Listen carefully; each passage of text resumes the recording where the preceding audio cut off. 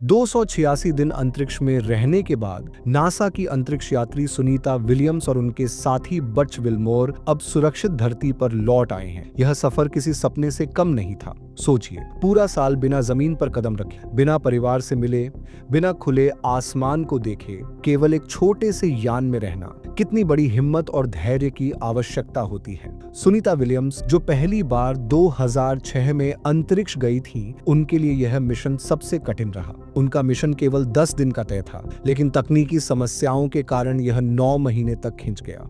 अंतरिक्ष में रहकर उन्होंने हर दिन उम्मीद के साथ बिताया। वहां हर चीज सीमित थी, हवा, पानी, खाना और सबसे अधिक धैर्य।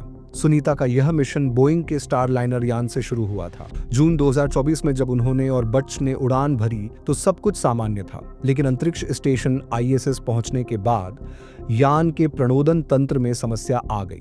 अंतरिक्ष में कोई भी छोटी सी समस्या जानलेवा हो सकती है। इसीलिए नासा ने पहले सभी समस्याओं को ठीक करने का निर्णय लिया और तभी वापसी का रास्ता तय किया।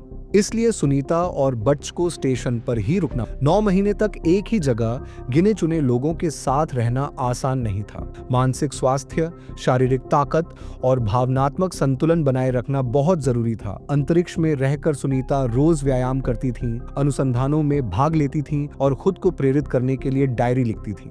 उन्होंने कहा, अंतरिक्ष में सबसे बड़ी चुनौती होती है कि आप अपने भावनाओं को खुद ही संभालें।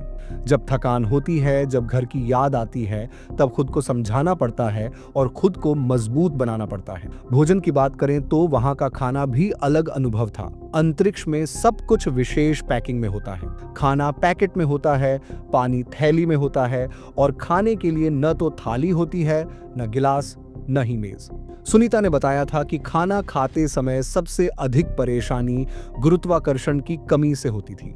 जरा सी गलती में खाना और पानी हवा में उड़ने लगता था। इसलिए वहां का खाना विशेष तरीके से बनाया जाता है। जैसे दाल को गाढ़ा कर दिया जाता है, सब्जी को नरम बनाया जाता है और रोटियां छोटी और कड़ी पैकिंग में होती हैं। भारतीय खाने के लिए भी नासा ने विशेष भोजन तैयार किया था। सुनीता के रोज के खाने में कभी राजमा चावल, कभी पनीर की सब्जी और कभी सूजी का हलवा होता था। उन्होंने कहा, देसी खाना अंतरिक्ष में किसी दवा जैसा था। जब दाल या हलवे का स्वाद आता था तो लगता था जैसे घर की याद थोड़ी कम हो गई है।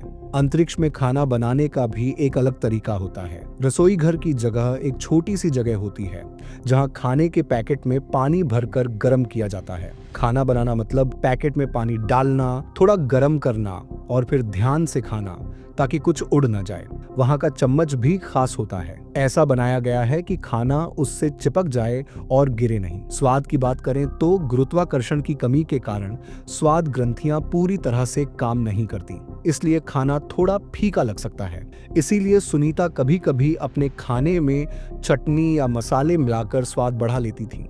उनका पसंदीदा भोजन क्या था? दाल, चावल और हलवा। और जब कोई खास दिन होता, जैसे त्योहार या जन्मदिन, तो नासा उनके लिए कुछ खास मिठाइयाँ और चॉकलेट भेजता था। इतना लंबा समय अंतरिक्ष में बिताना केवल शारीरिक नहीं, बल्कि भावनात्मक परीक्षा भी होती है। सुनीता ने बताया कि कभी कभी उन्हें अपने परिवार, अपने पालतू कुत्तों और अपने घर की बहुत याद आती थी। उन्होंने एक तरीका अपनाया था। हर दिन अपनी डायरी में एक सकारात्मक बात लिखती थी, चाहे दिन कितना भी कठिन क्यों ना हो। एक अच्छा पल जरूर ढूंढती थी। जब आखिरकार उनके लौटने का दिन आया तो वह एक भावुक क्षण था। स्टारलाइनर यान ने अपनी वापसी यात्रा शुरू की। जब यान पृथ्वी के वातावरण में दाखिल हुआ तब उसके बाहर का तापमान 1600 डिग्री सेल्सियस से अधिक पहुंच गया था। उस समय यात्री एक सुरक्षित कैप्सूल में बंद थे। वायुमंडल में घुसते समय यान के पैराशूट खुले, जिससे उसकी रफ्तार धीमी हुई और फिर हुआ समुद्र में एक नियंत्रित उतरना, मेक्सिको की खाड़ी में। उतरते ही नासा की बचाव टीम वहां पहुंची और दोनों यात्रियों को सुरक्षित बाहर निकाला। सुनीता विलियम्स और बच विल्मोर दोनों मुस्कुराते हुए कैप्सूल से बाहर आए।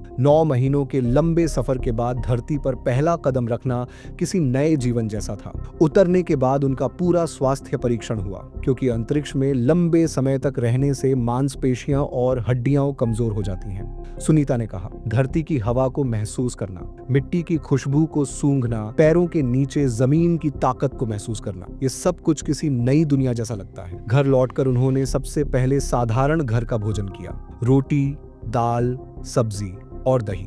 और जब उनके पालतू कुत्ते उनसे मिलने आए तो सुनीता की आंखों में आंसू आ गए। पूरे मिशन में सुनीता और बच ने कई वैज्ञानिक प्रयोग किए, जैसे अंतरिक्ष में पौधों को उगाने के तरीके, मानव शरीर पर गुरुत्वहीनता का प्रभाव और नई चिकित्सा विधियों का परीक्षण। उनका यह मिशन भविष्य के मंगल ग्रह मिशनों के लिए भी बहुत महत्वपूर्ण जानकारी इकट्ठा कर रहा था। सुनीता विलियम्स का यह सफर एक मिसाल है कि मनुष्य की हिम्मत, समर्पण और सकारात्मक सोच से कुछ भी संभव है, चाहे परिस्थिति कितनी भी कठिन क्यों ना हो। यदि आपका इरादा मजबूत है और आप अपने लक्ष्य के प्रति सच्चे हैं, तो आप कोई भी सीमा पार कर सकते हैं। आज सुनीता सिर्फ एक अंतरिक्ष यात्री नहीं, बल्कि उन सभी के लिए प्रेरणा बन गई है जो अपने सपनों को पूरा करना चाहते हैं, जो अपनी सीमाओं को तोड़कर नए आसमान बनाना चाहते हैं।